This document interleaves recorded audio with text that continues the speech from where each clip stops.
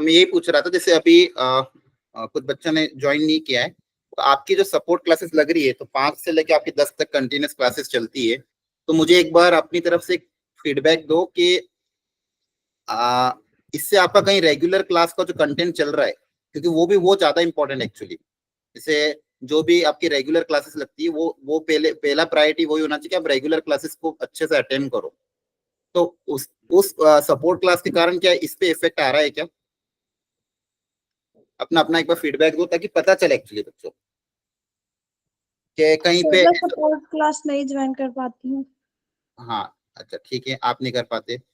Okay, जो बच्चे join कर पाते हैं या फिर जो अभी नहीं आ पा रहे हैं या फिर जिन्होंने ज्वाइन करी और अभी भी इस क्लास में है, वो लोग थोड़ा सा बताओ इस बारे में कि कहीं इंटरनेट का इशू तो नहीं आता है, या फिर आप थक जाते हो, या फिर स्क्रीन टाइम ज्यादा हो जाता है, तो कहीं ना कहीं एफिशिएंसी में कोई फर्क तो नहीं पड़ रहा? जल्दी बताओ। जो 2-4 बच्चे जो भी ज्वाइन करते हो, जो 5 बजे से लेके अभी तक कंटिन्यूस क्लास कर रहे हैं, ताकि है ना इस बारे में मैं आगे डिस्कस कर सकूं। क्योंकि होगा क्या, जो अभी रेगुलर क्लास चल रही है आपकी, जहाँ पे अभी सिलेबस कवर हो रहा है, ये करना भी बहुत जरूरी है। हाँ, सेल्फ स्टडी के लिए टाइम नहीं मिल पाता सर, समझ गया, ठीक है। हाँ, और बाकी लोग भी अपना अपना फीडबैक दो। मैं फिर से रिपीट करता हूँ, जो बच्चों अभी ज्वाइन किए, अभी आपकी जो सेल्फ स्टडी टाइम, आपको आवाज आ रही है ना? ठीक है, कभी कभी नेट नहीं रहता, ओके। हाँ, 1 GB खत्म हो जाता होगा, ठीक है। जो आपकी 5 से लेके 10 तक की क्लासेस चल रही है, फुल एनर्जी नहीं रहती लास्ट क्लास तक वे, हाँ समझ गया मैं, ठीक है। कुछ बच्चों ने ये लिखा है। हाँ, ताकि क्या है ना एक्चुअली इसके बारे में अपन फिर सोच सके, ताकि मैं अपना फीडबैक वहां पे दे सकूं मैनेजमेंट। क्योंकि अल्टीमेटली हो क्या रहा है, जैसे लास्ट क्लास जब भी हो रही है उसमें बच्चे आप लोग कम आ रहे हो, और जिसकी लास्ट क्लास और रेगुलर लेक्चर अगर मिस होंगे तो वो आपको आगे के लेक्चर समझ में नहीं आएंगे। कभी कभी क्लास में ही नेट कम हो जाता है, ठीक है। हाँ, ठीक है, चलो मैं ये फीडबैक शेयर कर दूंगा मैनेजमेंट के साथ, ताकि उनको एक आइडिया लग जाए। ओके, और किसी को कुछ बोलना है, और कोई इश्यूज आपके आ रहे हो, आपको और कोई हेल्प की रिक्वायरमेंट हो, और कोई प्रॉब्लम आ रही हो तो बताओ।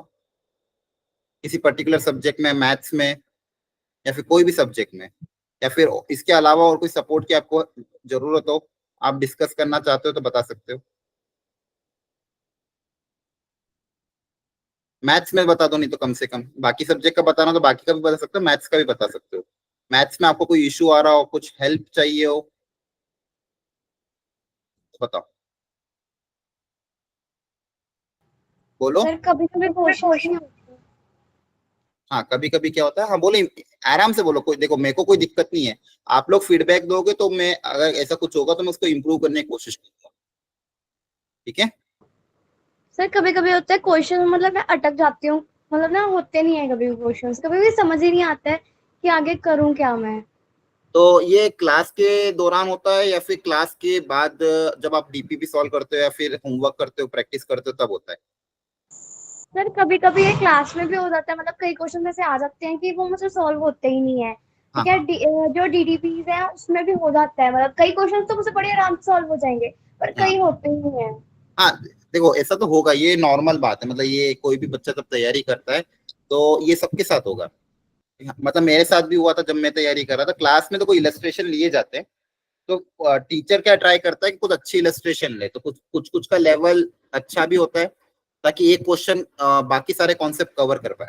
तो ऐसे टाइम पे आपको क्या करना है, पहले तो एकदम कंसंट्रेट होकर उसको सुनने और समझने की कोशिश करना है। कहीं पे डाउट अगर आता है तो हाथों हाथ अनम्यूट करके टीचर को वहीं पूछ लो कि सर ये वाली बात मुझे समझ में नहीं है। और फिर एक और चीज और क्या कर सकते हो, घर पे जाके जैसे लेक्चर खत्म हुआ, वापस से एक बार नोट्स को पढ़ो, वापस से उस क्वेश्चन को अटेम्प्ट करो, और फिर देखो कि वो बन पा रहा है कि नहीं बन पा रहा है। ठीक है, एक अप्रोच ये आप अपना सकते हो, है ना। और मान लो फिर भी नहीं आता समझ में, तो आपको है ना अगली क्लास की चालू होने से पहले एक बार पूछ लेना कि सर जो पिछली क्लास में आपने वो जो चीज समझाई थी वो मुझे समझ में नहीं है, तो आप प्लीज एक बार थोड़ा सा रिकॉल कर दो। ये 3 हैबिट आपको बनानी है, क्योंकि आपको कुछ भी छोड़ के नहीं आना, ऐसा नहीं कि चलो नहीं आया आप छोड़ दो कोई बात नहीं, ऐसा नहीं है। आपको समझना, पहले खुद से ट्राई करना है, 2 बार 3 बार समझने की हो सकता है कभी कभी रिकॉर्डिंग देख के एक बार देख लो कि उस समय की जो रिकॉर्डिंग थी वो देख लिया, लेकिन एक बार खुद से समझने की कोशिश करो। इनकेस अगर नहीं आता समझ में तो आप पूछो जरूर। हाँ, और कोई बाकी बच्चे बताओ, और कोई मेजर इशू आपको आ रहे हो, और कोई सर प्रॉब्लम? रिकॉर्डिंग तो ग्रुप में नहीं आते हैं। ग्रुप में नहीं हो रिकॉर्डिंग, तो आपकी वो जो शीट बनी हुई है ना, स्टूडेंट सपोर्ट शीट, उसी में अपलोड हो रही है ना? हाँ, है ना? Yes sir. हाँ, तो रिकॉर्डिंग ग्रुप में थोड़ी आएगी। वो वहीं पे लिंक्स आपको देखोगे, वहां पे फिजिक्स केमिस्ट्री में तीनों के लिए टॉपिक वाइज वहां पे यूट्यूब की रिकॉर्डिंग लिंक डली हुई है। वहां पे टीपीपी भी है, नोट्स भी है और रिकॉर्डिंग लिंक भी है। तो आपको मान लो कोई पुराना देखना हो, रिवाइज करना हो तो स्पीड में देख सकते हो, रिकॉल कर सकते हो, वहां पे पढ़ा रहता है। हाँ, और सर एक और था कि सर लाइव हाँ, क्लास के हम लोग लाइव नोट्स नहीं बना पाते, मतलब थोड़ा। अच्छा अच्छा, हाँ हाँ, देखो लाइव नोट्स का क्या है, अब ये डिपेंड करता है अलग अलग टीचर्स पे। कोई कोई टीचर हो सकता है आपको टाइम देते देते होंगे नोट्स बनाने के लिए।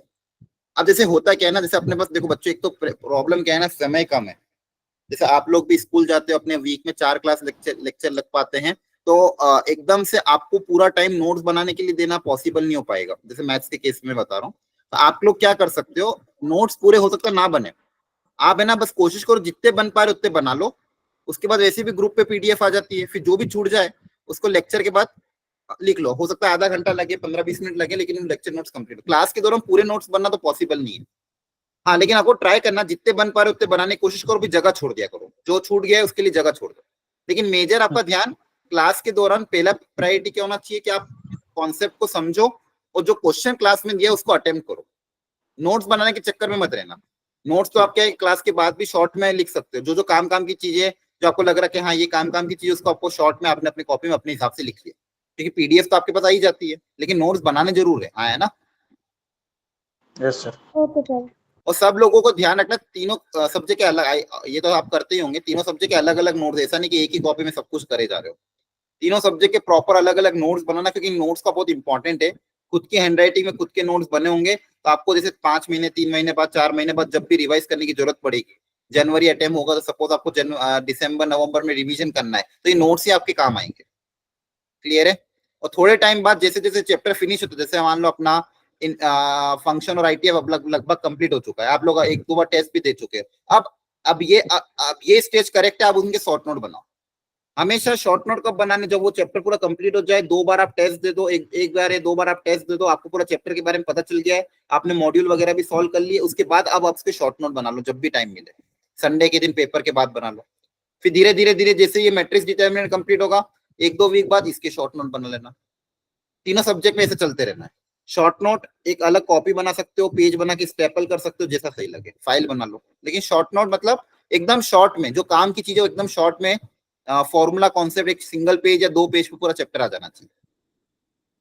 और उसको भी अपनी हैंड राइटिंग में लिखना, मतलब उसमें ऐसा मत करना कि बहुत सजा सजा के लिख रहे हो या फिर बहुत टाइम वेस्ट कर रहे हो, ये सब चीजें नहीं होना चाहिए।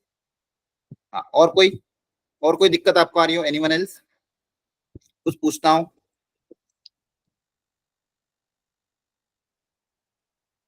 ठीक है, चलो। एक मैडम, एक ग्रुप में मैसेज डाल देता हूँ, जो बच्चे नहीं है आ जाएंगे, क्योंकि आज का टॉपिक काफी इंपॉर्टेंट है।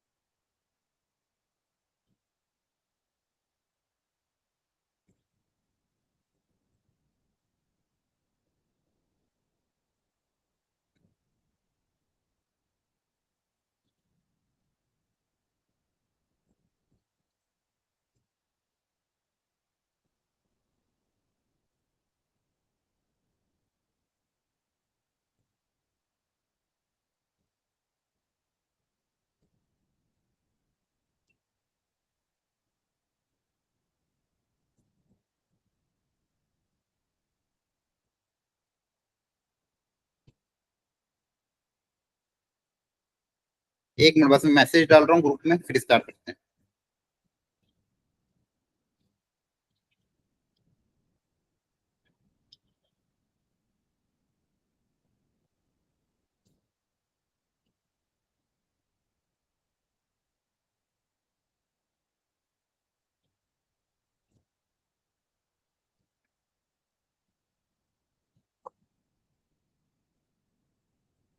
ठीक है,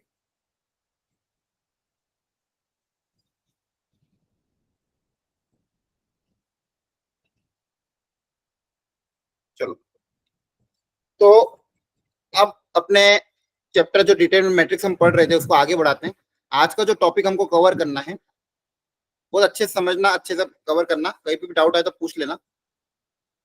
हेडिंग डालो, आप चाहो तो नोट साइड बाय साइड बना सकते हो, ठीक है, आपको टाइम मिल जाएगा क्योंकि मैं खुद भी आपके सामने एक एक चीज लिखूंगा। तो हेडिंग डालो सिस्टम ऑफ इक्वेशन, और इससे जेई में गारंटी एक क्वेश्चन आना ही है, ठीक है, सिस्टम ऑफ इक्वेशन एक क्वेश्चन जेई में इसमें आएगा ही। एक सेकंड,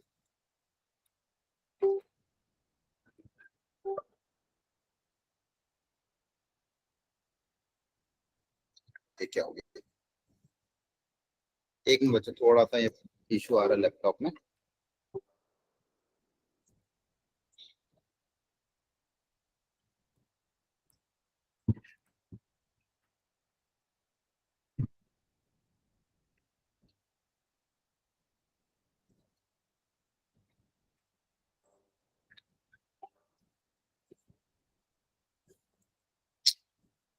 एक मिनट बच्चों,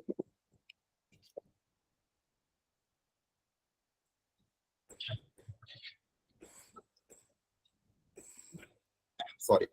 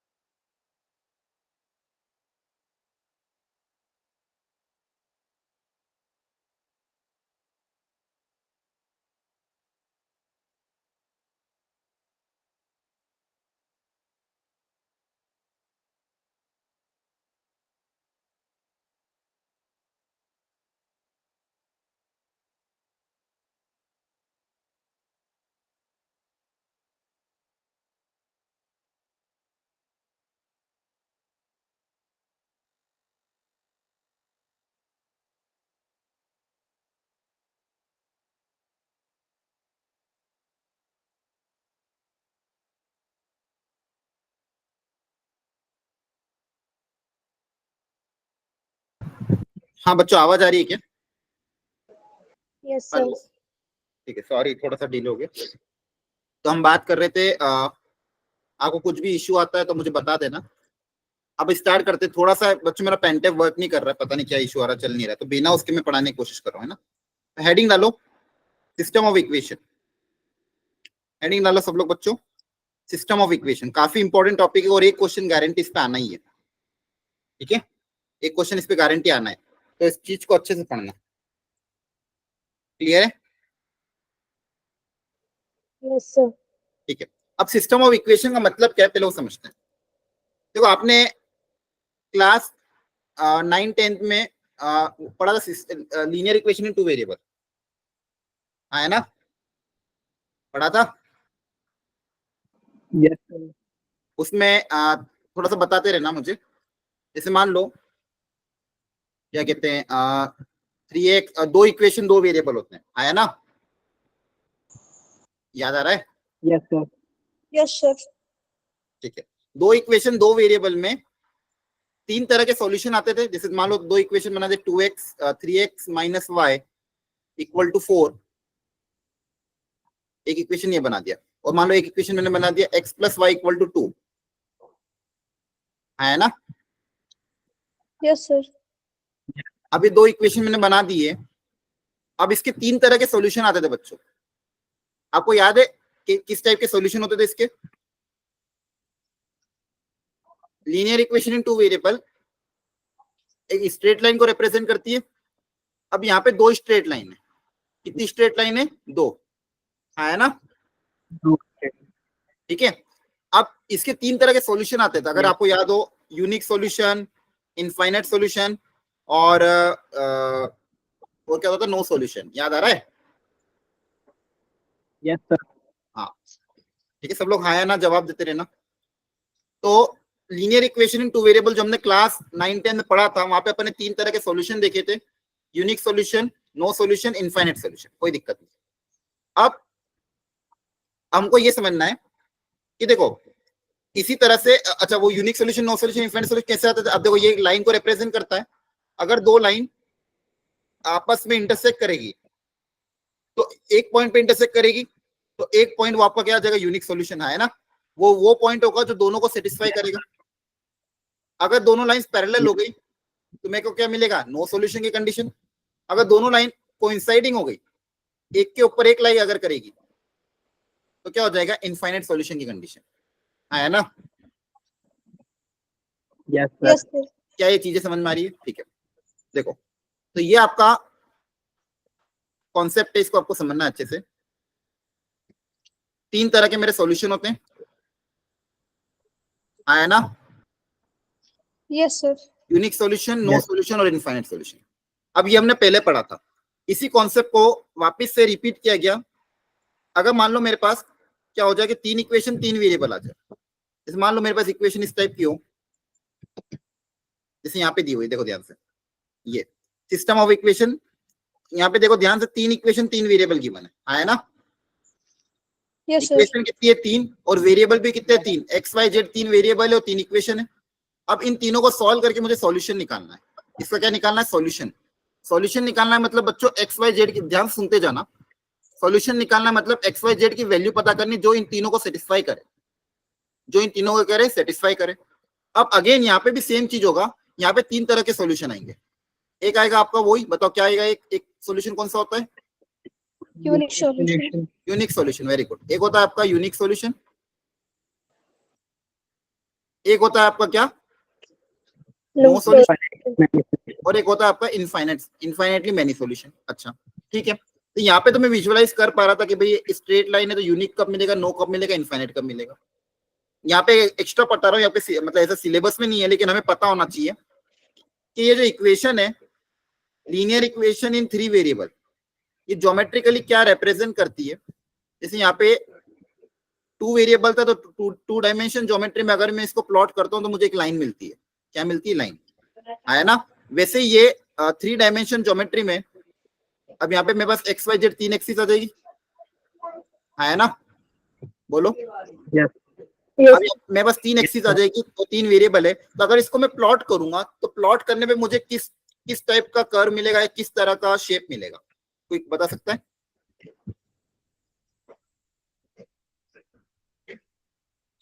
ठीक है, अब याद रखना, मैं बताता हूँ। ये जो linear equation in three variable है, इसको अगर आप प्लॉट करोगे प्लेन में, मतलब थ्री डायमेंशन ज्योमेट्री में, तो आपको एक प्लेन मिलेगा।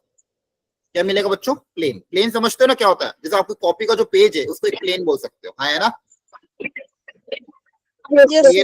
ठीक है, Yes, sir. पहली चीज तो ये ध्यान रखना है कि आप ये जो इक्वेशन है, linear equation in three variable, this represent a plane in a three dimension geometry. ठीक है, बस इतना ध्यान रखना, इसको ज्यादा यूज नहीं है। अब मेन तो इसके सॉल्यूशन है कि सॉल्यूशन कैसे निकालने हैं और क्या होते हैं। ठीक है, तो सॉल्यूशन निकालने के लिए दो मेथड होते हैं। एक मेथड होता है मैट्रिक्स की मदद से सॉल्यूशन निकालना, तीन इक्वेशन तीन वेरिएबल। बेसिकली अब हम पढ़ क्या रहे? Application of determinant and matrix पढ़ रहे हैं कि डिटरमिनेंट और मैट्रिक्स की कहाँ एप्लीकेशन है, मतलब उनकी मदद से हम क्या क्या चीजें कर सकते हैं। जैसे डिटरमिनेंट की मदद से आप एरिया ऑफ ट्राइंगल निकाल सकते हो। डिटरमिनेंट की मदद से आप तीन लाइन कंसिस्टेंट है कि नहीं है ये पता कर सकते हो, जो मैं अगली क्लास में आपको बताऊंगा।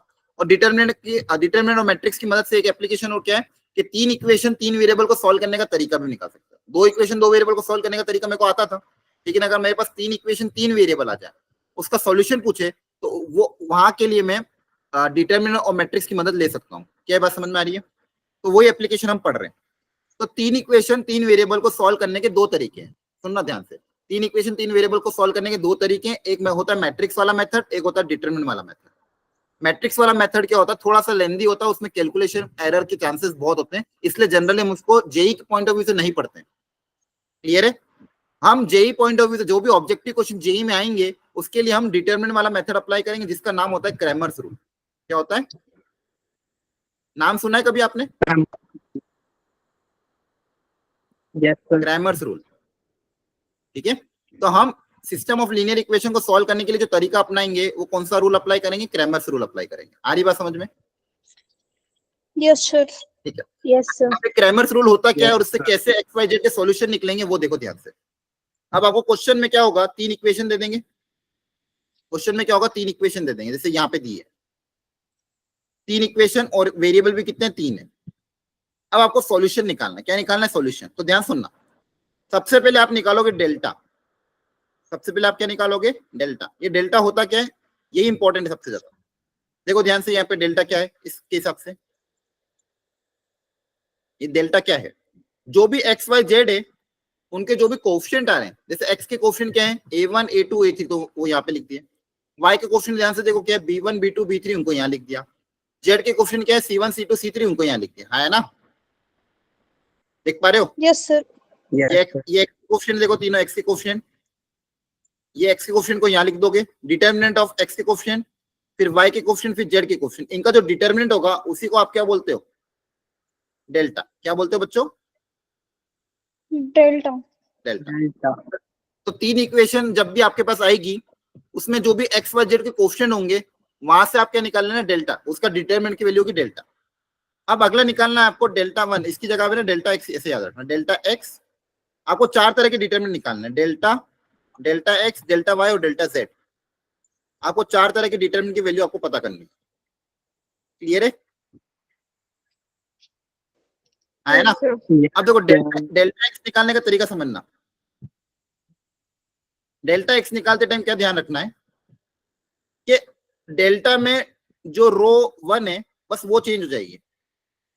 बाकी देखो रो 1 डेल्टा एक्स में जो कॉलम 1 है, सॉरी कॉलम 1 है, उस कॉलम 1 की जगह क्या आ जाएगा? d1 d2 d3। बाकी दोनों ऐसे कैसे रहेंगे? d1 d2 d3 क्या है, जो इक्वेशन में कांस्टेंट है ना, वो है आपके d1 d2 d3। तो देखो डेल्टा क्या है, सुनना ध्यान से, डेल्टा क्या है? एक्स वाई जेड के कोफिशिएंट। डेल्टा क्या है? एक्स वाई जेड के कोफिशिएंट। डेल्टा एक्स निकालते टाइम क्या करोगे? कॉलम 1 को रिप्लेस कर दोगे d1 d2 d3 से, बाकी सब ऐसा कैसा।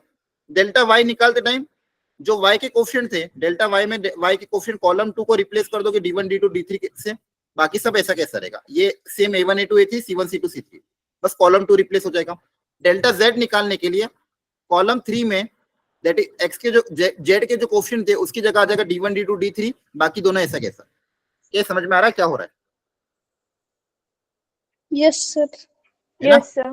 तो देखो बच्चों, मैंने क्या सिखाया आपको कि तीन इक्वेशन, तीन वेरिएबल को सॉल्व करना, तो आपको पहले 4 तरह के डिटरमिनेंट निकालने पड़ेंगे, delta, delta x, delta y, delta z. Delta क्या है समझ में आ गया? एक्स वाई जेड के कोफिशिएंट, एक्स वाई जेड के कोफिशिएंट। डेल्टा वाई क्या है? डेल्टा एक्स क्या हो जाएगा? जो एक्स के कोफिशिएंट है उसकी जगह ये कांस्टेंट टर्म आ जाएगी d1 d2 d3। Delta y क्या हो जाएगा? y के कोफिशिएंट है उसकी जगह आ जाएगा d1 d2 d3। और डेल्टा z में z के कोफिशिएंट की जगह आ जाएगा d1 d2 d3। पहले आप ये लिख लेना। तो ये आपका ये 4 डिटरमिनेंट आ गए। अब यहाँ से डायरेक्ट सॉल्यूशन आ जाएगा। सॉल्यूशन कैसे निकलेगा? सॉल्यूशन का डायरेक्ट फॉर्मूला अप्लाई कर दोगे आप। अब देखो मैं फॉर्मूला लिख रहा हूँ। जो x का सॉल्यूशन आएगा, जो बेसिकली x की वैल्यू, x कोऑर्डिनेट, सॉल्यूशन मतलब x y z का वो कोऑर्डिनेट जो इन तीनों को सेटिस्फाई करे। एक पॉइंट आएगा x y z, है ना, x, y, z। इसका सॉल्यूशन मतलब एक कोऑर्डिनेट आएगा 3 डायमेंशन ज्योमेट्री में x y z, जो इन तीनों इक्वेशन को क्या करेगा? सेटिस्फाई करेगा। तो जो x कोऑर्डिनेट होगा वो निकलेगा, डेल्टा x को डिवाइड कर दोगे डेल्टा के साथ, आपको x मिल जाएगा। लिख लो एक अपनी अपनी कॉपी में। तो x क्या हो जाएगा? Delta x upon x। Similarly y बताओ कि y क्या होना चाहिए इसी लॉजिक से? Delta y upon delta. Very good, बहुत बढ़िया, लिखते जाओ। y क्या हो जाएगा? Delta y upon delta. और z भी लिख देना। z कोऑर्डिनेट क्या आएगा? Delta Z. Very good, delta z upon delta. बहुत बढ़िया।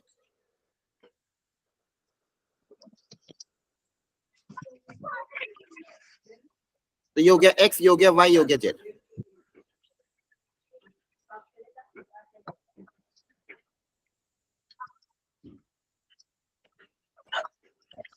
क्लियर हो गया? Yes, sir. तो इसी को बोलते हैं सिस्टम ऑफ इक्वेशन। इसी को क्या बोलते हैं? System of equation.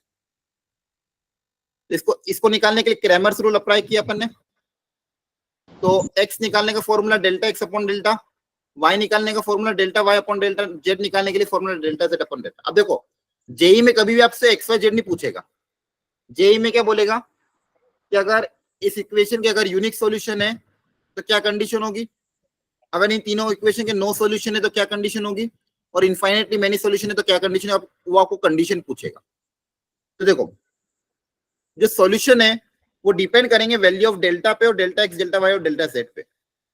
अब ध्यान से देखो, यहाँ पे एक्स वाई जेड में डिनोमिनेटर में क्या आ रहा है, डेल्टा आ रहा है ना। Yes, sir. X y z का जो सॉल्यूशन आ रहा है उसके डिनोमिनेटर में क्या आ रहा है, डेल्टा आ रहा है। अब अगर ये डेल्टा जो आ रहा है ये अगर ये कैसा होना चाहिए, नॉन जीरो होना चाहिए, है ना। Yes, sir. बोलो, अगर इनकी वैल्यू मुझे फाइनाइट चाहिए, कोई ना कोई वैल्यू चाहिए, तो डेल्टा कैसा होना चाहिए, नॉन जीरो होना चाहिए। बोलो, Yes, sir. Yes, sir. है ना। Non-zero. डेल्टा की वैल्यू कैसे होनी चाहिए, नॉन जीरो, क्योंकि नॉन जीरो तभी तो मेरे को फाइनाइट वैल्यू मिलेगी। तो अगर डेल्टा मेरा नॉन जीरो रहा तो सॉल्यूशन किस टाइप करेगा, यूनिक सॉल्यूशन। डेल्टा मेरा नॉन जीरो रहा तो कंडीशन किसकी होगी, यूनिक सॉल्यूशन की। आ रही बात समझ में,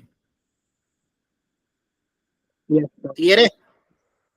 Yes, sir. देखो ध्यान से, यूनिक सॉल्यूशन मतलब जो तीनों प्लेन है वो एक सिंगल पॉइंट पे इंटरसेक्ट करेंगे। देखो ध्यान से, तीनों के तीनों प्लेन एक सिंगल पॉइंट पे इंटरसेक्ट कर रहे हैं। और यूनिक सॉल्यूशन की कंडीशन आपको याद रखनी है, एकदम दिमाग में बिठा लेना।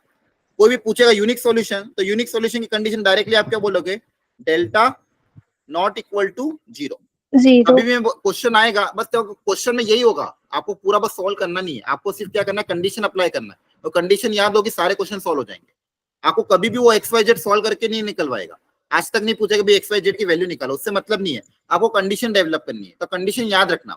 यूनिक सॉल्यूशन की कंडीशन क्या हो जाएगी बच्चों, delta not equal to zero.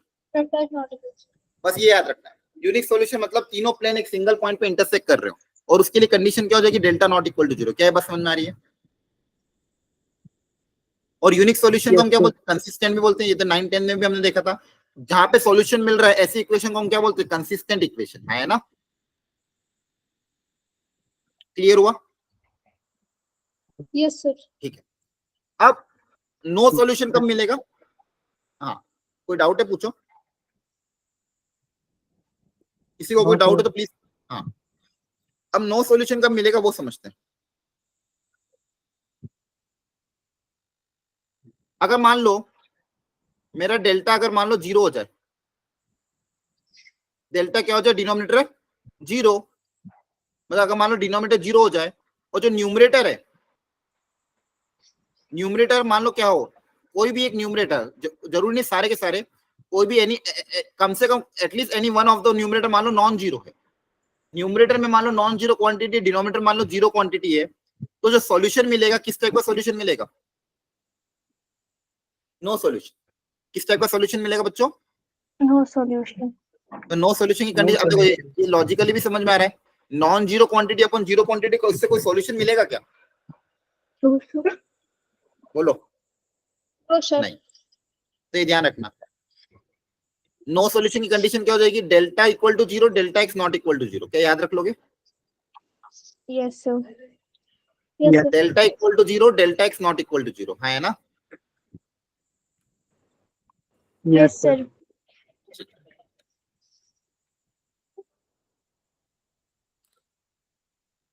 तो देखो, अब नो सॉल्यूशन के लिए आपको जो तीनों प्लेन होंगे वो कैसे दिखेंगे, ध्यान से देखना। तीनों प्लेन में कोई भी सिंगल पॉइंट ऑफ इंटरसेक्शन नहीं आएगा। देखो यहाँ पे हम देख पा रहे हैं कि तीनों प्लेन एक सिंगल पॉइंट पे इंटरसेक्ट कर रहे थे, यहाँ पे यूनिक सॉल्यूशन मिल रहा है। तीनों के तीनों प्लेन एक सिंगल पॉइंट, ये जो पॉइंट है तीनों प्लेन पे लाई कर रहा है, इसलिए मुझे एक यूनिक सॉल्यूशन मिल रहा है। नो सॉल्यूशन के केस ये हो जाएंगे, जैसे पहला वाला कि जैसे दो प्लेन पैरेलल हो गए, एक ऐसा हो गया, तो तीनों प्लेन, यहाँ पे एक भी पॉइंट ऐसा नहीं है जहाँ पे तीनों प्लेन इंटरसेक्ट कर रहे हो, एक भी पॉइंट ऐसा नहीं है जहाँ पे तीनों प्लेन इंटरसेक्ट कर रहे हैं, है ना। तो ये देखो, ये तीनों कंडीशन किसकी हो गई, नो सॉल्यूशन की। आ रही बात समझ में। Yes, sir. Yes, sir. Yes, sir. अब लास्ट वाला case, infinite solution. Infinite solution कब मिलेगा, जब तीन प्लेन एक लाइन के अलोंग इंटरसेक्ट करे, तो मेरे को इनफाइनाइट पॉइंट ऑफ इंटरसेक्शन मिल जाएंगे, है ना। यहाँ पे देख पा रहे हो, तीन अलग अलग प्लेन दिख रहे हैं आपको अलग अलग शेड में, ये तीनों के तीनों एक लाइन के अलोंग इंटरसेक्ट। अच्छा, इसका एग्जांपल आप अपनी कॉपी में भी देख सकते हो, आपकी कॉपी के सारे पेज बाइंडेड है ना, बोलो। Yes, sir. आपकी कॉपी के सारे पेज एक सिंगल लाइन के अलोंग बाइंडेड है, तो वो कॉपी जितने पेज है सिंगल लाइन के अलोंग बाइंडेड है, तो वो भी क्या होगा, इनफाइनाइट सॉल्यूशन का केस होगा। ठीक है, अब यहाँ के लिए कंडीशन क्या रहेगी, ये समझो ध्यान से। अब यहाँ पे क्या होगा, यहाँ तो डेल्टा तो जीरो होगा इसे, क्योंकि डेल्टा नॉट जीरो की कंडीशन तो यूनिक सॉल्यूशन है, तो डेल्टा तो जीरो होगा, इसे न्यूमरेटर भी क्या हो जाएगा, जीरो। तीनों के तीनों क्या हो जाएंगे, जीरो। तो delta, delta x, delta y, delta z सबके सब क्या हो जाएंगे, जीरो। उस केस में क्या हो जाएगा, एक्स वाई जेड में जो सॉल्यूशन मिलेगा इनफाइनाइट सॉल्यूशन मिलेगा, क्योंकि वहां पे रेशियो के टर्म्स में आएगा। जैसे एक्स की वैल्यू के टर्म्स में आएगी, वाई की वैल्यू भी के टर्म्स में आएगी, जेड की वैल्यू भी किसी कांस्टेंट के टर्म्स में आएगी, और अलग अलग वैल्यू ऑफ के लिए आपको अलग अलग एक्स वाई जेड मिलेंगे। और उन सारे केसेस में ये जो डेल्टा एक्स, डेल्टा वाई और डेल्टा जेड है, ये सारे के सारे क्या होते हैं, जीरो। 0. सारे के सारे होते हैं जीरो। बस आपको ये कंडीशन याद रखनी, और कुछ भी याद नहीं रखना। इस कंडीशन से सारे क्वेश्चन सॉल्व होंगे। इनफाइनाइट सॉल्यूशन का बोलता हूं तो आपके पास कंडीशन क्या आ जाएगी, ये कंडीशन आपको ध्यान रखनी है इनफाइनाइट सॉल्यूशन के लिए। Delta, delta x, delta y, delta z, तीनों के तीनों सबके सब क्या होंगे, जीरो। नो सॉल्यूशन के केस में क्या होगा, delta zero, but delta x, delta y और delta z at least one of them क्या हो जाए, नॉन जीरो। यूनिक सॉल्यूशन का केस क्या हो जाएगा, delta not equal to zero. Equal to 0. क्या समझ में आ रहा है? Yes, sir. Yes, sir. एक बार मुझे फटाफट याद करवा दो, क्योंकि ये बहुत इंपॉर्टेंट है, ये याद होगा सारे क्वेश्चन सॉल्व होंगे। पहले बताओ यूनिक सॉल्यूशन की कंडीशन क्या होगी। Delta not equal to 0. हाँ, लिखते भी जाना और याद भी करते जाना, रट लो एकदम। यूनिक सॉल्यूशन कंडीशन डेल्टा, सब लोग बोलो, Delta not equal Delta to not equal to Delta not equal to 0. Very good, delta not equal to zero, बहुत बढ़िया। अब मुझे बताओ नो सॉल्यूशन की condition, delta equal to 0. Delta x not Delta equal x to not equal to 0. No solution के लिए बच्चों को क्या हो जाएगा, हाँ बताओ, delta Del equal to Equals to 0. 0. Delta x Delta not x equal to is 0. not equal to 0. हाँ, डेल्टा एक्स हो जाए या डेल्टा वाई हो जाए या डेल्टा जेड हो जाए, तीनों में से एटलीस्ट वन ऑफ देम, कोई भी अगर एक आधा भी नॉन जीरो आ गया, एक आधा भी क्या आ गया, Non-zero. Non-zero. नॉन जीरो, और numerator non zero, denominator zero, तो क्या आ जाएगा, unique solution, sorry no solution. Unique. No No solution. solution. हाँ, क्या आ जाएगा, नो सॉल्यूशन, हाँ है ना। Yes, sir. Yes, sir. Last वाला बता दो, इनफाइनाइट वाला। delta is Infinite. equal to delta x equal Delta x to is equals to delta y is equals delta to zero, delta z is equal delta x भी zero, delta to Y 0. भी zero, Delta y भी 0. Delta z भी 0. Delta x भी zero, delta y भी zero, delta z, सबके सब क्या हो जाएंगे, जीरो हो जाएंगे, हाँ है ना। 0. Yes, sir. Yes, sir. yes, sir. अब इसको याद कर लो। अब मैं क्वेश्चन लाने वाला हूँ जेई मेंस एडवांस का, बहुत अच्छा इलस्ट्रेशन हम करेंगे। थोड़ा सा लेवल उसका अच्छा होगा, लेकिन अगर आपने उसको समझ लिया ना, तो उससे जितने भी लोअर लेवल वाले होंगे जेई मेंस के सारे क्वेश्चन आपको समझ में आ जाएंगे। लेकिन थोड़ा सा उसको समझने की कोशिश करना, बस ये कंडीशन याद रखना, यूनिक सॉल्यूशन की कंडीशन, नो सॉल्यूशन की कंडीशन, इनफाइनाइट सॉल्यूशन कंडीशन। क्या समझ में आ रहा है? Yes, sir. ठीक है। अच्छा, बाकी ये डेल्टा क्या होता है, ये भी ध्यान रखो। डेल्टा क्या होता है, एक्स वाई जेड के जो भी कोफिशिएंट है उसका डिटर्मिनेंट, वो होता है डेल्टा। डेल्टा एक्स कैसे निकालोगे, एक्स के जो कोफिशिएंट है उसकी जगह कांस्टेंट टर्म आ जाएगा d1 d2 d3। Delta y निकालते टाइम वाई के कोफिशिएंट की जगह d1 d2 d3 आ जाएगा, और डेल्टा जेड निकालते टाइम जेड के कोफिशिएंट की जगह d1 d2 d3 आ जाएगा, है ना। Yes, sir. Yes, अब मैं आपको बहुत सारे क्वेश्चन इस पे करूंगा, अगली क्लास में हम कम से कम 5 से 7 क्वेश्चन करेंगे, तो आपकी प्रैक्टिस बहुत हो जाएगी। आज हम पहले ये क्वेश्चन से ट्राई करते हैं। यहाँ पे पहले तीनों इक्वेशन को ध्यान से लिखो, आपको चारों डिटरमिनेंट निकालना है। सबसे पहले सब लोग ध्यान से इससे डेल्टा की वैल्यू निकालो, क्या होगा डेल्टा। अच्छा, जो भी वैल्यू यहाँ पे, जो भी एक्सप्रेशन आए सिंप्लीफिकेशन के बाद, आपको उसको फैक्टराइज भी करना है। क्या करना, फैक्टराइज भी करना है। हमेशा फैक्टर बनाना है, ताकि आपके कभी कोई गलती नहीं आएगी। ये बहुत इंपॉर्टेंट पॉइंट मैंने आपको टिप दी है। कभी भी डेल्टा डेल्टा एक्स वगैरह निकालो, फाइनल आंसर फैक्टर के टर्म्स में होना चाहिए, मतलब उसको फैक्टराइज कर लेना। सब लोग निकालो, चलो सब लोग फटाफट करो। मैं आपको 5 मिनट का टाइम दे रहा हूँ, कोई दिक्कत नहीं है, लेकिन गलती मत करना। ये क्वेश्चन बहुत इंपॉर्टेंट है, जेईई एडवांस में आया हुआ क्वेश्चन है। अगर ये क्वेश्चन आपने सॉल्व कर लिया ना, तो आपके कॉन्सेप्ट क्लियर हो जाएंगे। इसके बाद डेल्टा एक्स निकालना आप लोग आराम से, टाइम लो, लेकिन कैलकुलेशन एरर मत करना। फिर डेल्टा वाई निकालो,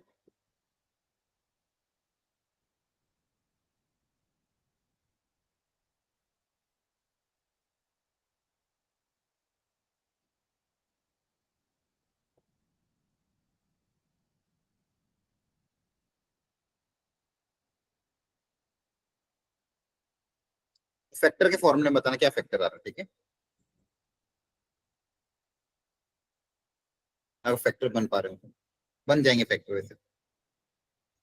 फिर डेल्टा जेड निकालना, तो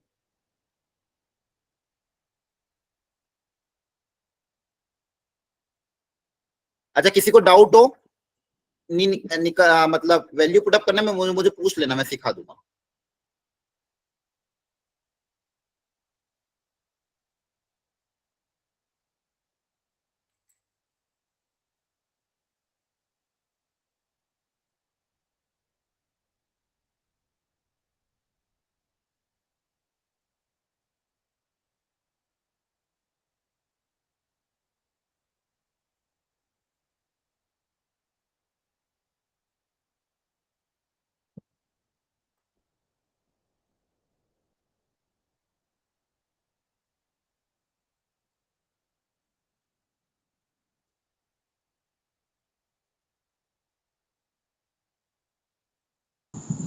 sir delta x y delta निकलेगा, उसके आगे क्या करना है? डेल्टा एक्स डेल्टा जो भी निकल रहा है ना, सबको फैक्टराइज करने की कोशिश करना। फाइनली 2 फैक्टर 3 फैक्टर जो भी बन रहे, फैक्टर कितने बन रहे हैं, फैक्टर बना लोगे ना तो आपको समझने में आसानी होगी। आपको क्या करना, बेसिकली क्वेश्चन का मतलब क्या, पहले क्वेश्चन पढ़ लो, क्वेश्चन समझा देता हूँ। क्वेश्चन में बोल रहा है कि what condition of P and Q इस, आपको ये 3 पार्ट है क्वेश्चन के। अगर सिस्टम ऑफ इक्वेशन का नो सॉल्यूशन है तो पी और क्यू में क्या कंडीशन होगी, मतलब पी की वैल्यू क्या होगी और क्यू की वैल्यू क्या होगी, आपको ये बताना है। अगर इनके यूनिक सॉल्यूशन होंगे तो पी और क्यू में क्या कंडीशन आएगी, आपको ये बताना है। और अगर इस सिस्टम ऑफ इक्वेशन के इनफाइनाइट सॉल्यूशन है तो पी और क्यू में क्या कंडीशन आएगी, आपको ये बताना है। आ रही बात समझ में? Yes sir. आपको तीनों अलग अलग केसेस के लिए पी और क्यू की कंडीशन बताना है। तो एक ही क्वेश्चन में तीनों पार्ट सॉल्व करना है।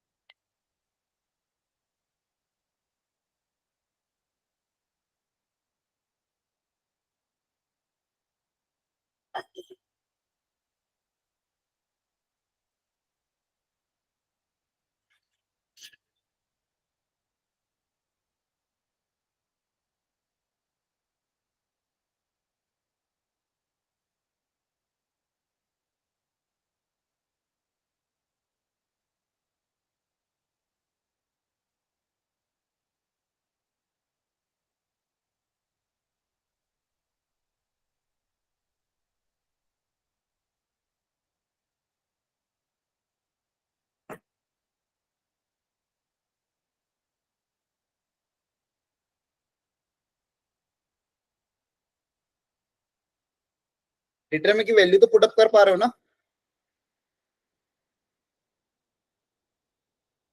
Yes sir. चलो डेल्टा में मुझे बताओ कॉलम वाइज, कॉलम 1 में क्या आएगा डेल्टा निकालते टाइम? 2 1 1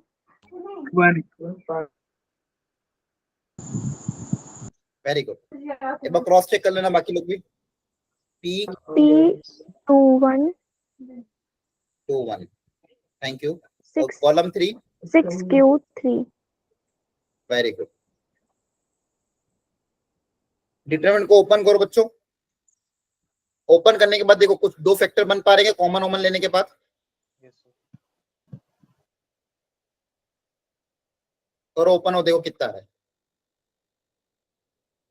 वैल्यू कितनी आ रही बताओ। चलो सिंप्लीफाई करने के बाद ये वैल्यू, पहले डिटरमिनेंट ओपन करने के बाद वैल्यू क्या आ रही सिंप्लीफाई करके? 3 minus Q into 2 minus P. नहीं, फैक्टर के पहले, फैक्टराइज करने के पहले क्या आ रहा है? 6 माइनस 2q। हाँ वापस बताना। 6 minus 2q minus 3p okay, 6 minus 2q minus 3p plus pq। Minus 3p plus pq। Okay thank you.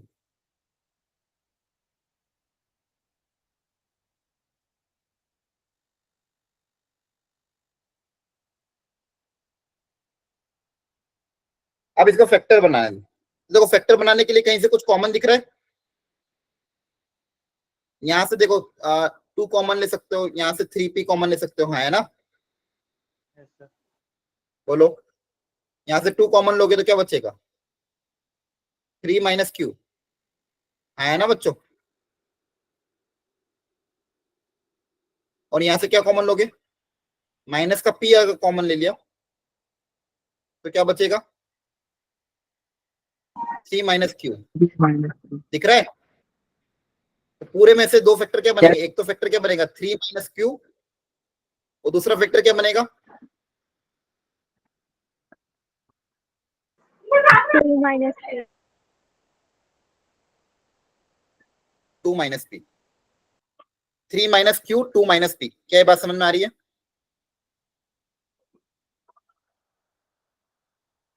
ठीक है, बोलो किसी को डाउट है क्या इसमें? No, sir. सर मेरे को समझ नहीं आया। हाँ मैं समझा देता हूँ। ये डिटरमिनेंट ओपन करना, ये डेल्टा कैसे लिखा ये समझ में आया क्या? Yes sir. डेल्टा कैसे लिखा अपन ने? हाँ, एक्स वाई जेड के कोफिशिएंट लिख दिए। इसके बाद हमने बेटा क्या किया, इसको ओपन करा। डिटरमिनेंट को ओपन करना आ गया था क्या आपको? ये डिटरमिनेंट को कैसे ओपन करते? किसी भी रो या किसी भी कॉलम के ऊपर ओपन कर सकते हो, है ना? yes, sir. तो अगर आप डिटरमिनेंट को ओपन करोगे आपके पास ये इक्वेशन बनेगी। अब मैंने इसको फैक्टर, इसके फैक्टर बनाने की कोशिश करी। इन दो टर्म से मैंने क्या करा, 2 कॉमन ले लिया। तो 2 कॉमन लूंगा तो बचेगा 3 माइनस क्यू। बची हुई दो टर्म से माइनस पी कॉमन ले लिया, तो माइनस पी कॉमन लेने पे क्या बचा? 3 माइनस क्यू। पूरे में से 3 माइनस क्यू अगर कॉमन आ जाएगा तो क्या बचेगा? 2 माइनस पी बचेगा, है ना? Yes sir. तो मैंने आ गया। डिटरमिनेंट को ओपन करने के बाद इसके दो फैक्टर बना लिए, इसके दो फैक्टर बना लिए। अच्छा, अब बताओ, अच्छा मुझे बताओ बच्चों, डेल्टा एक्स कैसे निकलेगा? डेल्टा एक्स में क्या चेंज आएगा?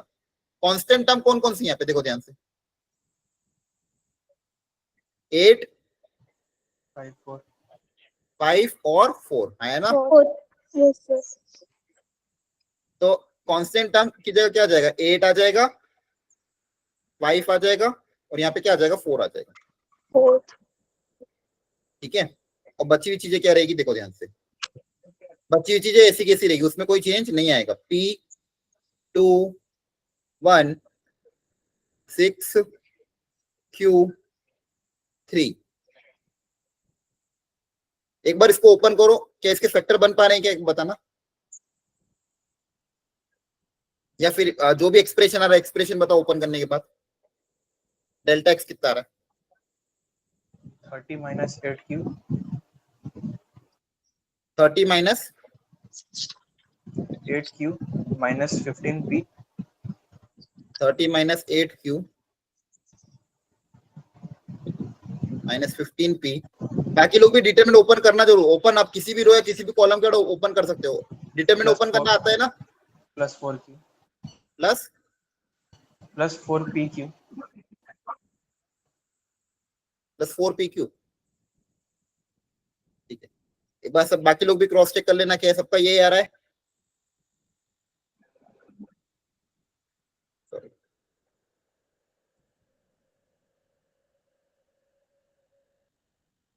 Plus 4pq। इसके फैक्टर बताओ क्या बनेंगे? इसमें से क्या कॉमन ले? अब देखो 30 और 15 में से 15 कॉमन ले सकते हो, यहाँ से 4q कॉमन ले सकते हो, तो दो फैक्टर क्या बन रहे हैं? 15 minus 4q 2। ट्राइस करो इसको भी। पहले दोनों टर्म से 2 कॉमन ले लेना। हाँ कुछ भी ले लो, यहाँ से 2 भी कॉमन ले सकते हो। दो फैक्टर बताओ मुझे क्या बन रहे हैं? 15 minus 4q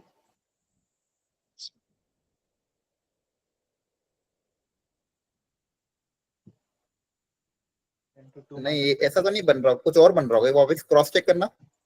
sir delta x में तो यही आ रहा है, लेकिन डेल्टा वाई में 0 आ रहा है। डेल्टा वाई ठीक है, डेल्टा एक्स क्या आ रहा है ये बताओ। बाकी बच्चों का भी आ रहा है? सब लोग आंसर निकाल पा रहे हो कि नहीं, कि सॉल्व करो पूरा? आपको डिटरमिनेंट ओपन करना आता है कि नहीं बच्चों, ये बताओ पहले। Yes sir. आता सर। Yes, sir. तो डिटरमिनेंट को ओपन करने पे क्या ये एक्सप्रेशन आ रहा है? Yes sir. Very good.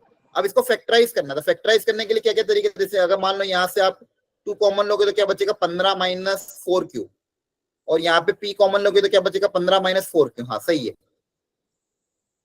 सही है क्या? तो एक तो आ जाएगा दो फैक्टर 15 माइनस 4q, और दूसरा क्या बचेगा? 2 minus p 2 माइनस पी बच रहा है क्या? ठीक है, यहां तक समझ में आया? ये दो फैक्टर बना लिए।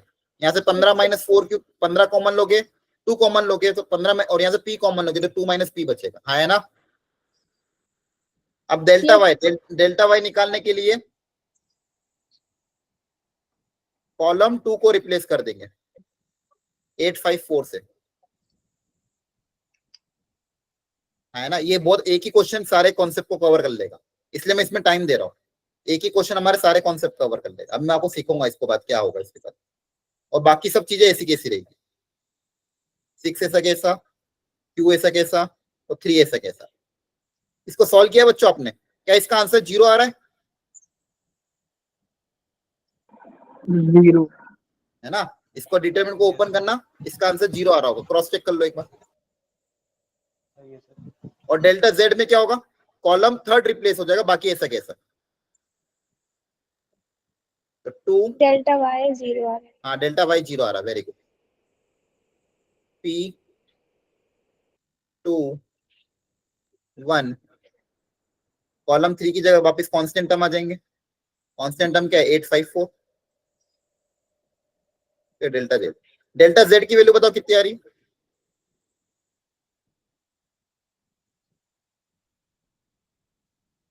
निकालो सब लोग।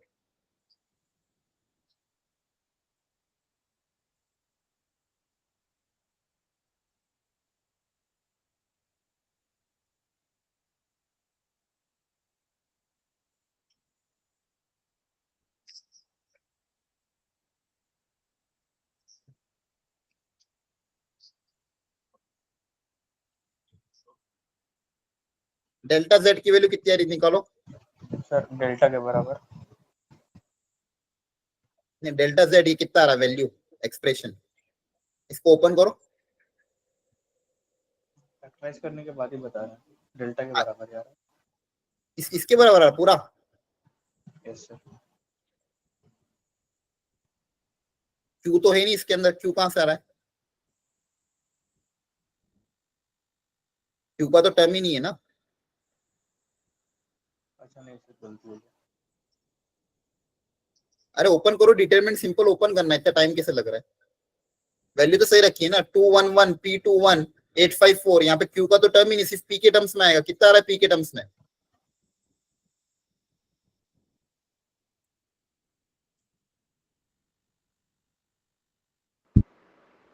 जल्दी बताओ। चलो ठीक है, मैं ओपन करता हूँ। रो 1 के बाद ओपन कर रहा हूं मैं, तो 2 into 8 minus 5 5 plus minus p into 4 minus 5। इतना टाइम लगना नहीं चाहिए था डेल्टा जेड में। सर आ गया। बताओ कितना आ रहा है। 6 माइनस 4p प्लस 5 माइनस 8। उसको सिंप्लीफाई करो ना, फाइनल कितना आ रहा है। पी पी कैंसिल करो, जो भी है। 6 किसी का नहीं आ रहा है क्या, इतना टाइम कैसे लग रहा है, मेरे को समझ नहीं पा रहा हूँ मैं तो। p माइनस 2 2 आ रहा है। p माइनस 2 आ रहा है, यस सर। Yes sir. इतना टाइम लगना नहीं चाहिए था। चलो कोई बात नहीं, एक बार चेक करो सब लोग, p माइनस 2 आ रहा है कि नहीं आ रहा है, बोलो बताओ बच्चों। Yes sir. ये कैलकुलेशन आपको ही करना है, ये कैलकुलेशन डिटरमिनेंट को ओपन करना तो आपको ही आना पड़ेगा। थोड़ा सा प्रैक्टिस करो, इसलिए डिटरमिनेंट की एनसीईआरटी, इसलिए मैंने कहा था स्टार्टिंग में एनसीईआरटी के क्वेश्चन करना इसलिए जरूरी था, ताकि आप डिटरमिनेंट को ओपन करने की प्रैक्टिस एटलीस्ट आपकी हो जाए। जिन लोगों की एनसीईआरटी नहीं हुई वो एटलीस्ट एनसीईआरटी अच्छे से कवर करो। इस संडे टेस्ट भी आपका, ठीक है। तो देखो डेल्टा का डिटरमिनेंट ओपन किया, अपने पास दो फैक्टर बने, 3 minus Q 2 minus P. Delta x को ओपन किया, दो फैक्टर बने। डेल्टा वाई को ओपन किया, 0 आ रहा है। और डेल्टा जेड को ओपन किया, कितना आ रहा है, p माइनस 2 आ रहा है। क्या यहाँ तक समझ में आ गया सबको? यस बताओ। सर। Yes sir. अब एक एक करके Yes, सोल्यूशन sir. निकालते हैं, ध्यान से समझना। सबसे पहले मुझे यूनिक सॉल्यूशन के लिए बताओ, यूनिक सॉल्यूशन के लिए क्या कंडीशन आएगी p और q में। Delta delta is not equal to 0। Very good. Unique solution में क्या बोलोगे भाई, डेल्टा 0 नहीं होना चाहिए। तो डेल्टा अगर 0 नहीं होना चाहिए तो p के लिए क्या कंडीशन होगी, p क्या होना चाहिए, not equal to 2 and q क्या होना चाहिए? Not equal to 3। हाँ, तो आंसर क्या आएगा यूनिक सॉल्यूशन के लिए? The value of P is all real number except 2 and the value of Q is all real number except 3। क्यों? क्योंकि अगर मान लो 2 हो गया तो ये 0 बन जाएगा, क्यू की वैल्यू अगर 3 हो गई तो ये 0 बन जाएगा, तो डेल्टा क्या आ जाएगा? 0 आ जाएगा। मुझे यूनिक सॉल्यूशन के लिए डेल्टा क्या होना चाहिए? Non zero. हाँ है ना? Yes sir. क्या ये समझ में आया कि नहीं आया ये बताओ? डेल्टा यूनिक सॉल्यूशन की कंडीशन समझ में आई क्या? Yes sir. Yes sir. Yes sir. पक्का सबको समझ में आ गई? अब इनफाइनाइट सॉल्यूशन की कंडीशन बच्चा ध्यान से सोच समझ के बताना, गलती नहीं होना चाहिए। इनफाइनाइट सॉल्यूशन की कंडीशन पहले पी के लिए बताना, फिर क्यू के लिए बताना। पी कितना होना चाहिए और क्यू कितना होना चाहिए? Infinite solution. इनफाइनाइट सॉल्यूशन मतलब सारे के सारे P- जीरो होना चाहिए। P तो कब होगा? इक्वल हो जाएगा 2 के। P is equal to 2। P को 2 रख दे तो Yes sir। अगर पी को 2 रख दिया और क्यू के लिए Q equal to 3। हाँ, क्यू को क्या रखो बताओ? क्यू में क्या कंडीशन आएगी बेसिकली? सोचो आराम से। पी को तो आप 2 रख दोगे, क्यू के लिए क्या सोचोगे? 3 हाँ, क्यू क्या बोला? 3 नहीं 3 नहीं। हाँ सुनो, अब देखो, अगर आप पी की वैल्यू 2 रखते हो बच्चे, ध्यान से बताना, पी को अगर आप 2 रख दोगे तो क्या सारे जीरो हो रहे हैं? देखो ये भी जीरो हो जाएगा, ये भी जीरो हो जाएगा, ये भी जीरो हो जाएगा, ये भी जीरो हो जाएगा, है ना? तो पी को 2 रखने में सब जीरो हो रहे कि नहीं हो रहे? Yes sir. Yes sir. P को 2 रखने में सारे जीरो हो रहे। अब क्यू को मैं कुछ भी रखू, कुछ फर्क पड़ेगा क्या? नो क्यू को तो सर। आप कुछ भी रखो, है ना? तो Q belongs to all real number. ये बात समझ में आ रही है? बोलो यार। Yes sir. Yes sir. P को 2 रखने पे डेल्टा क्या आ रहा है? जीरो आ रहा है। डेल्टा भी जीरो आ जाएगा, डेल्टा एक्स भी जीरो आ जाएगा, डेल्टा वाई तो ऑलरेडी जीरो था, डेल्टा जेड भी जीरो आ जाएगा। तो पी को 2 रखने पे सारे के सारे अपने आप जीरो हो रहे हैं। तो क्यू की वैल्यू हम कुछ भी रख सकते हैं, है ना? क्यू की वैल्यू में फर्क ही नहीं पड़ेगा। तो Q belongs to all real number. आ रही बात समझ में? Infinite solution. यूनिक सॉल्यूशन में क्या केस आएगा? P belongs to all real number except 2 and q belongs to all real number except 3। ये यूनिक सॉल्यूशन की कंडीशन आ जाएगी। अब सोच समझ के मुझे बताओ, नो सॉल्यूशन की कंडीशन क्या आएगी?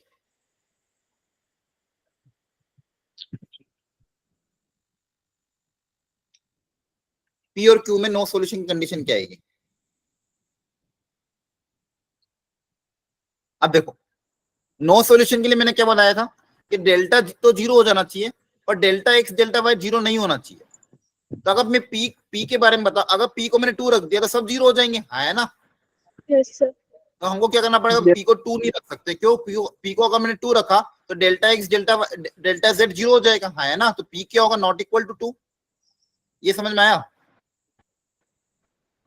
और मुझे डेल्टा को अगर जीरो बनाना है तो डेल्टा को जीरो बनाने का एक और तरीका क्या? क्यू की वैल्यू हम क्या रख देंगे? 3 रख देंगे। Yes sir. यस यस इस कंडीशन से आपका नो सॉल्यूशन सेटिस्फाई हो जाएगा। क्यू को आप सॉरी आज पता नहीं क्या हो रहा है। क्यू को आप 3 रखोगे, क्यू को आप 3 रखोगे तो डेल्टा आपका जीरो हो जाएगा क्या, है ना? Yes sir. Yes sir. और पी को 2 के अलावा कुछ भी रख दो तो delta x delta y non zero हो जाएगा, डेल्टा जेड नॉन जीरो हो जाएगा। क्लियर है? तो नो सॉल्यूशन की कंडीशन क्या आ जाएगी? P not equal to 2, q equal to 3। समझ में आया? Yes sir. Yes sir. ठीक है, देखो यही केस था। यहाँ पे सॉल्यूशन भी मैंने प्रॉपर्ली दिया हुआ है, एक बार घर जाके अपने अपने सॉल्यूशन मैच कर लेना। क्लियर है? Yes sir. Yes sir. Next concept हमारा आता है इसी में, homogeneous system of equation. Last concept है, सुनना ध्यान से। होमोजीनियस मतलब क्या होता है? देखो दो तरह की इक्वेशन होती है, एक होमोजीनियस एक नॉन होमोजीनियस। नॉन होमोजीनियस मतलब जहां पे कांस्टेंट टर्म कुछ ना कुछ होते हैं। अगर ये सारे constant term x y z के अलावा जो कांस्टेंट टर्म है d1 d2 d3, इनको अगर मैं जीरो कर दूं, इनकी वैल्यू क्या करते हैं अपन? जीरो। तो d1 d2 d3 अगर जीरो हो जाए ऐसी इक्वेशन को हम क्या बोलते हैं? Homogeneous equation. ऐसी इक्वेशन को हम क्या बोलते हैं बच्चों? Homogeneous equation. समझ में आ रहा है? जहां पे कांस्टेंट टर्म आपको ना दिखे ऐसी Homogeneous इक्वेशन आपकी कह रहेंगे होमोजीनियस इक्वेशन। आ रही बात समझ में? क्लियर है? yes sir. Yes, sir. आया ना? अगर ये सारे कांस्टेंट टर्म जीरो हो जाए तो ऐसी इक्वेशन को हम होमोजीनियस बोलेंगे। अच्छा ध्यान से देखना, अगर ये कांस्टेंट टर्म जीरो हो जाएंगे तो डेल्टा एक्स की वैल्यू कितनी आएगी? देखो Zero. ये भी जीरो हो जाएगा, हाँ Zero. ये भी जीरो हो जाएगा, ये भी जीरो हो जाएगा। तो अगर कांस्टेंट टर्म जीरो हो जाएंगे तो डेल्टा एक्स जीरो हो जाएगा, है ना? Yes, sir. डेल्टा वाई भी जीरो हो Yes, जाएगा, sir. डेल्टा जेड भी जीरो हो जाएगा, Yes, sir. है ना? होमोजीनियस Yes, के केस में delta x, delta y, delta z तीनों के तीनों जीरो हो जाएंगे। Yes, sir. हाँ, ऐसा जीरो क्यों होगा? क्योंकि जो जितने भी कांस्टेंट टर्म है, ये जो कांस्टेंट टर्म है ये क्या हो रहे हैं? जीरो हो रहे हैं। तो कांस्टेंट टर्म अगर जीरो है तो डेल्टा एक्स, डेल्टा वाई और डेल्टा जेड सबके सब जीरो हो जाएंगे। तो ध्यान समझना, जो होमोजीनियस इक्वेशन है यहाँ पे लिख रहा हूं मैं, होमोजीनियस इक्वेशन के केस में पहली चीज पहचानना कैसे? कांस्टेंट टर्म क्या होंगे? जीरो। कांस्टेंट टर्म क्या होंगे? जीरो। तो जब भी होमोजीनियस वाला इक्वेशन आता है तो डेल्टा एक्स, बताओ डेल्टा एक्स की वैल्यू कितनी होगी? Zero. Zero. Zero. Delta y की वैल्यू कितनी होगी? Zero. Zero. जीरो। और डेल्टा जेड भी क्या हो जाएगा? Zero. जीरो। लिख लेना। और होमोजीनियस इक्वेशन ये तीनों के तीनों क्या हो जाएंगे? जीरो। अब सब कुछ डिपेंड करेगा डेल्टा की वैल्यू पे। देखो ये तो ऑलरेडी जीरो थे तो फिक्स हो गया। होमोजीनियस इक्वेशन अगर है तो ये तो फिक्स हो गया, delta, delta y, delta z, delta तीनों के तीनों जीरो होंगे। अब सब कुछ डिपेंड करेगा डेल्टा पे। ये जो मेरा डेल्टा है उसके दो केस बनेंगे, या तो वो जीरो हो जाएगा या फिर नॉन जीरो होगा, है ना? दो ही तो केस बन सकते हैं। कोई भी नंबर अपने पास, कोई भी रियल नंबर या तो वो जीरो होगा या तो नॉन जीरो होगा, है ना? अरे बोलो। Yes, Yes, sir. sir. तो जो मेरा डेल्टा है या तो वो जीरो होगा या तो फिर क्या होगा? Non zero. तो अगर जीरो हुआ तो मुझे किस टाइप का सॉल्यूशन मिलेगा? बोलो। सॉरी, नॉन जीरो हुआ तो किस टाइप का सॉल्यूशन मिलेगा? Unique. Unique solution. Unique delta solution. Non, अगर डेल्टा नॉन जीरो है तो मुझे किस टाइप का सॉल्यूशन मिलेगा? Unique solution. Unique solution. Unique solution मतलब एक single value of x y z. अब यहाँ पे लॉजिकली भी दिखता है कि वो वैल्यू क्या होगी। अब देखो सॉल्यूशन क्या था हमारा? एक्स की वैल्यू क्या थी? डेल्टा एक्स अपॉन डेल्टा, है ना? Yes, sir. Delta x upon delta. तो डेल्टा का नॉन जीरो है और डेल्टा अगर जीरो है तो यहाँ पे जीरो रख देंगे तो आंसर कितना आ जाएगा? जीरो आ जाएगा, है ना? Yes, sir. तो वो जो यूनिक सॉल्यूशन होगा वो कौन सा होगा? Zero comma zero comma zero. X y z तीनों के तीनों क्या होंगे? जीरो। और मुझे दिखता भी है कि अगर कांस्टेंट टर्म जीरो हो जाएगी तो तीनों इक्वेशन में एक्स वाई जेड की वैल्यू अगर जीरो रखूंगा तो सेटिस्फाई करेगा। मतलब ये ओरिजिन तीनों का कॉमन पॉइंट ऑफ इंटरसेक्शन होगा, है ना? Yes, Yes, sir. sir. अगर यूनिक सॉल्यूशन का केस है तो origin will be the common point of intersection. Zero comma zero comma zero तीनों को सेटिस्फाई भी करेगा। और यहाँ पे दिख भी रहा है कि डेल्टा एक्स, डेल्टा वाई अगर जीरो है तो एक्स वाई जेड की वैल्यू भी क्या आएगी? जीरो जीरो जीरो आएगी। अच्छा, इस टाइप के सॉल्यूशन को एक स्पेशल नाम दिया गया है। इस नाम को आपको याद रखना है, वो नाम है ट्रिवियल सॉल्यूशन। इसी नाम से सारे क्वेश्चन आएंगे। क्या नाम है? लिखते जाओ। Trivial solution. Solution, Trivial solution. Trivial solution. तो जब भी यूनिक सॉल्यूशन का केस आएगा तो आपको सॉल्यूशन कैसे मिलेंगे? Trivial solution. और ट्रिवियल सॉल्यूशन के लिए कंडीशन ध्यान रखना। ट्रिवियल सॉल्यूशन की कंडीशन क्या हो जाएगी? Delta not equal to. इन दोनों को आपको ध्यान रखना, बस यही आपको ध्यान रखना बच्चों। होमोजीनियस इक्वेशन के केस में अगर बोलता है ट्रिवियल सॉल्यूशन तो क्या कंडीशन अप्लाई करोगे? Delta not equal to zero. मैं 3 बार रिपीट कर रहा हूं, याद कर लो। होमोजीनियस इक्वेशन जब भी आती है उसमें अगर बोलता है ट्रिवियल सॉल्यूशन तो क्या कंडीशन अप्लाई हो जाएगी? Delta not equal to zero. Trivial solution के लिए क्या कंडीशन अप्लाई होगी? Delta not equal to zero. Trivial solution के लिए क्या कंडीशन अप्लाई होगी? Delta not equal to zero. क्या याद हो जाएगा? Yes, sir. Yes, sir. ये समझो, अगर मान लो डेल्टा जीरो हो जाए, डेल्टा जीरो, ये तीनों तो ऑलरेडी जीरो थे, तो किस टाइप का सॉल्यूशन मिलेगा? Infinite. वेरी गुड, है ना? Infinite. Infinite solution। देखो होमोजीनियस के केस में नो सॉल्यूशन का केस बनता ही नहीं है। सिर्फ दो ही तरह के सॉल्यूशन होते हैं, या तो यूनिक सॉल्यूशन या फिर इनफाइनाइट सॉल्यूशन। आ रही बात समझ में? Yes, sir. ठीक है, बस इतना Yes, ध्यान sir. रखना। तो इनफाइनाइट सॉल्यूशन का केस अगेन क्या है, डेल्टा इक्वल टू 0, और इस टाइप के सॉल्यूशन को हम बोलते हैं नॉन ट्रिवियल सॉल्यूशन। जो इनफाइनाइट सॉल्यूशन आते हैं इस टाइप के सॉल्यूशन को क्या नाम दिया गया, बोलो क्या नाम दिया गया? Not trivial solution. Non trivial solution, non trivial. अब आपको एग्जाम में क्वेश्चन कैसे आएंगे, मैं डायरेक्ट बता रहा हूँ, एग्जाम में क्वेश्चन कैसे आएंगे, बोलेंगे following equation is non trivial solution, find the value of lambda, find the value of k, या find the value of p. तो नॉन ट्रिवियल जैसे दिखा, नॉन ट्रिवियल की कंडीशन बताओ क्या होगी? Delta equal to 0, delta very good, delta equal to, जैसे ही वर्ड क्वेश्चन में दिखा नॉन ट्रिवियल, डायरेक्टली बस एक कंडीशन अप्लाई करनी क्या, delta equal to 0। Non trivial के लिए डेल्टा इक्वल टू 0, ट्रिवियल के लिए डेल्टा नॉट इक्वल टू 0। बस ये 2 पॉइंट अगर ध्यान होंगे इसके सारे क्वेश्चन हो जाएंगे। होमोजेनियस में ये बस इतना ही ध्यान रखना है। बोलो समझ में आ रहा है क्या? यस तो बच्चों होमोजेनियस ये 2 कंडीशन याद रखना, ट्रिवियल सॉल्यूशन के लिए delta not equal to 0, non trivial solution के लिए डेल्टा इक्वल टू 0। बस इतना ध्यान रख लो कि आपके होमोजेनियस के सारे जेई के क्वेश्चन कवर हो जाएंगे। ये देख लो यहाँ पे लिख भी रखा है, ट्रिवियल सॉल्यूशन मतलब एक्स वाई जेड तीनों 0, उस केस में डेल्टा मेरा क्या होगा, नॉट इक्वल टू 0। ट्रिवियल मतलब डेल्टा नॉट इक्वल टू 0, और नॉन ट्रिवियल सॉल्यूशन मतलब डेल्टा इक्वल टू 0। क्या बात समझ में आ रही है? Yes sir. चलो एक इस पे क्वेश्चन करा देता हूँ ताकि Yes, sir. अब इस क्वेश्चन को अच्छे से करो, प्रॉपरली करना।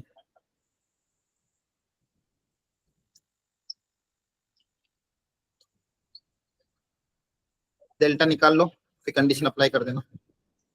पहले तो क्या ये होमोजेनियस इक्वेशन है क्या? Yes sir. Yes, sir. Constant terms homogeneous equation, delta पता करो कितना है।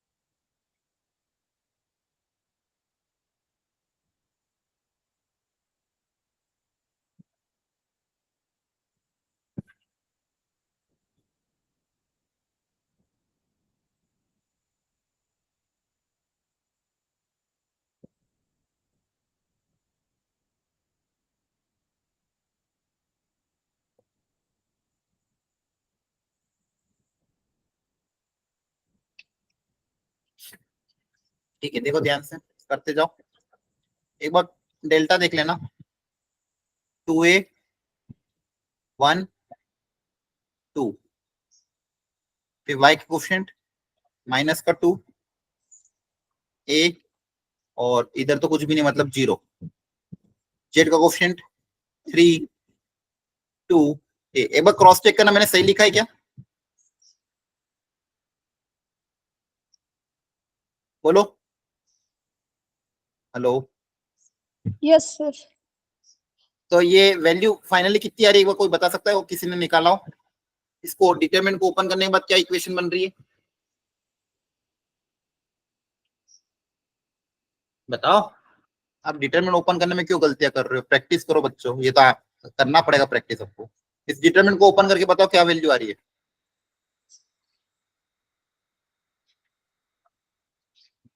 किसी का नहीं आ रहा है क्या? आपको डिटरमिनेंट ओपन करने में दिक्कत आती है क्या, तो बताओ।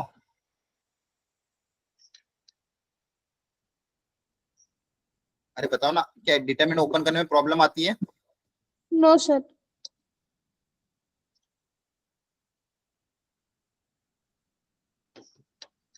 तो इस क्यूबिक इक्वेशन को सिंप्लीफाई करके बताओ क्या आ रहा है फाइनली।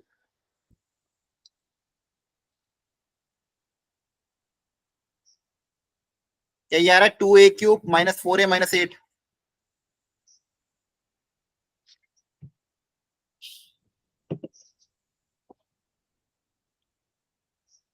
चेक करके बताओ।